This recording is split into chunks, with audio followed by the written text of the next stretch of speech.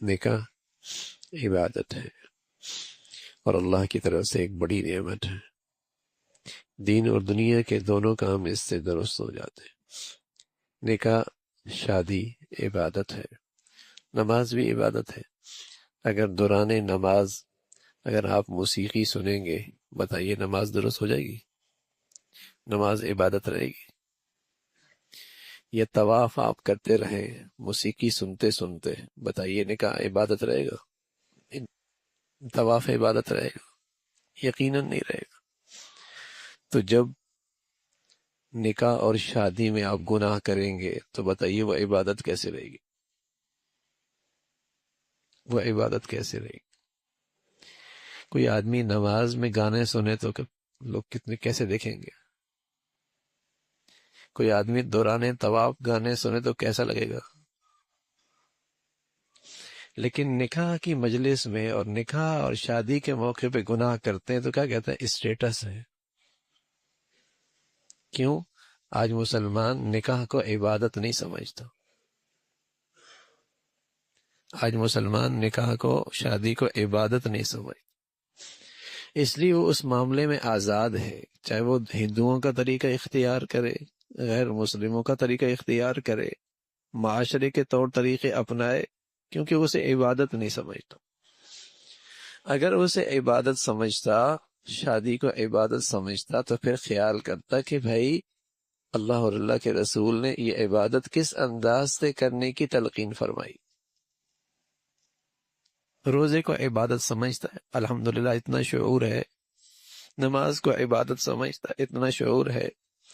حج کو عبادت سمجھتا ہے، اتنا شعور اور احساس ہے. طواف کو شعور عبادت سمجھتا ہے. تلاوت کو عبادت سمجھتا ہے.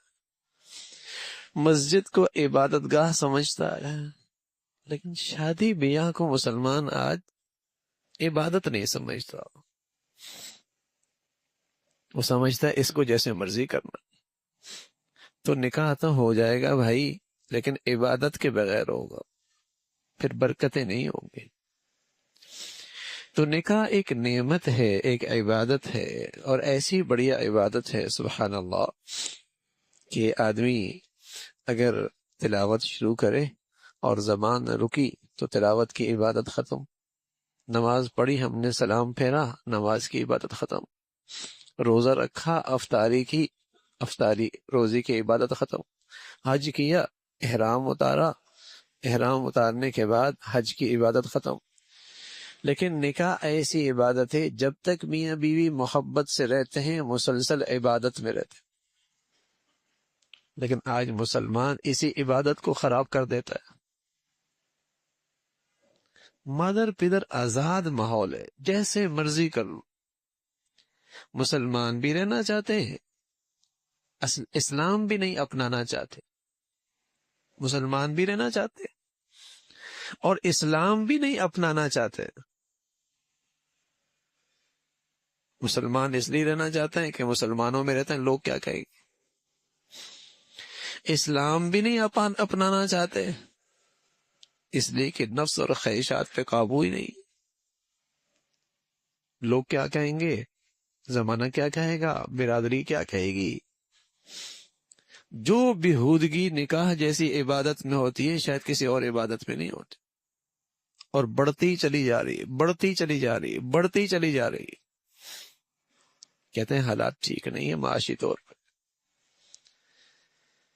لیکن اس میں رسم و رواج بڑھ رہی ہے، اس میں کوئی کمی نہیں ہے، اس میں گناہوں کا اضافہ ہو رہا.